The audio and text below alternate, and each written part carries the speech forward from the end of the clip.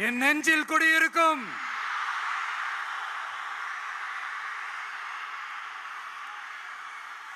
புதுச்சேரி மக்கள் உங்கள் அனைவருக்கும் என்னுடைய வணக்கம்.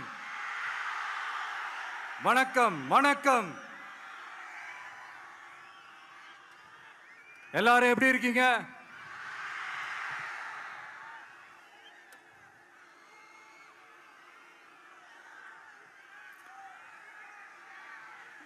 இந்த ஒன்றிய அரசுக்கு தான் தமிழ்நாடு ஒரு தனி மாநிலம், புதுச்சேரி ஒரு தனி யூனியன் பிரதேசம். அவங்களுக்கு தான் தமிழ்நாடு தனி, புதுச்சேரி தனி, இப்படிலாம் இருப்பாங்க. ஆனா நமக்கெல்லாம் அப்படி கிடையாதுங்க. நாமெல்லாம் வேறு வேறு கிடையாது. நாம் எல்லாரும் ஒண்ணுதான்.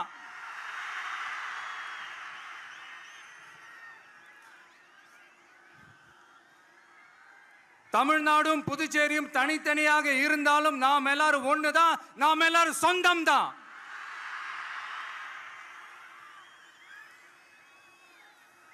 வேற வேற வீட்டுல, வேற வேற ஊர்ல, வேற நாட்டுல, வேற ஸ்டேட்ல இருக்கிறதுனால நாம் எல்லாரும் சொந்தங்கள் இல்லைன்னு ஆயிட முடியுமா? அது எப்படி முடியும்? இப்ப பாத்தீங்களா, ஒருத்தருக்கு ஒருத்தர் பார்த்துக்கும் போது அந்த பாச உணர்வு, அதுதாங்க, அது மட்டும்தான். அது இருந்துட்டாலே போதும், வேற எதுவுமே தேவையில்லை.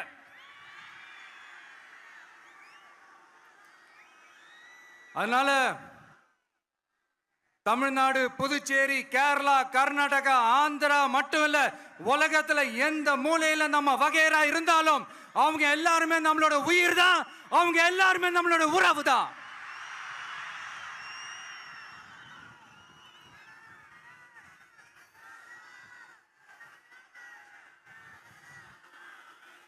புதுச்சேரினாலே உடனே ஞாபகத்துக்கு வர்றது மணக்குள விநாயகர், அரவிந்தர் ஆசிரமம், வில்லியனூர் மாதான் சொல்லி இவங்க எல்லாரும் ஞாபகத்தில் வருவாங்க.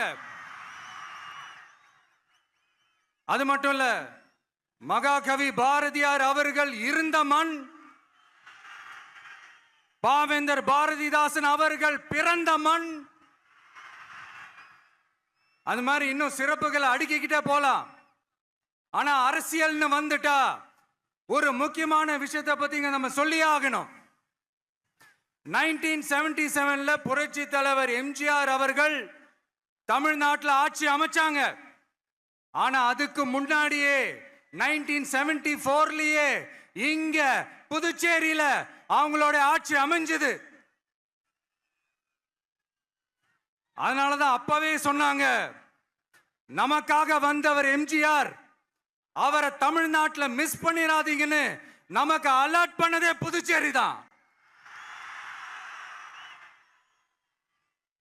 அப்படிப்பட்ட புதுச்சேரியை நம்மளால மறக்க முடியுமா?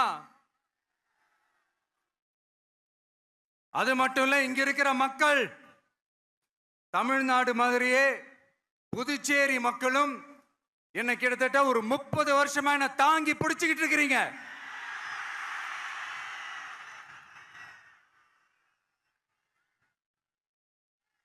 அதனால இந்த விஜய் தமிழ்நாட்டுக்கு மட்டும் தான் குரல் கொடுப்பான்னு நினைக்காதீங்க. அப்படி பண்ணாத தவறு. புதுச்சேரி மக்களுக்கும் சேர்த்து தான் குரல் கொடுப்பான். அது என்னுடைய கடமையும் கூட. அதனாலதான் இங்க நீங்க ஃபேஸ் பண்ற பிரச்சனைகளை பத்தி இன்னைக்கு நான் பேசுறதுக்காக வந்திருக்கிறேன். அது மட்டும் இல்ல, இந்த புதுச்சேரி கவர்மெண்ட்டை பத்தி நாம சொல்லியே ஆகணும். இது டெஃபினட்டா தமிழ்நாட்டில் இருக்கிற மாதிரி நம்ம திமுக கவர்மெண்ட் மாதிரி கிடையவே கிடையாது. ஏன்னா வேற ஒரு அரசியல் கட்சி நடத்துற நிகழ்ச்சியாகவே இருந்தாலும் அந்த நிகழ்ச்சிக்கு தன்னெழுச்சியா வர நம்ம மக்களுக்கு பாதுகாப்பு கொடுத்து பாரபட்சமே காட்டாம இந்த கவர்மெண்ட் நடந்துகிட்டு இருக்கிறாங்க. அப்படிப்பட்ட இந்த புதுச்சேரி கவர்மெண்ட்டுக்கும் நம்ம புதுச்சேரி சிஎம் சார் அவர்களுக்கும்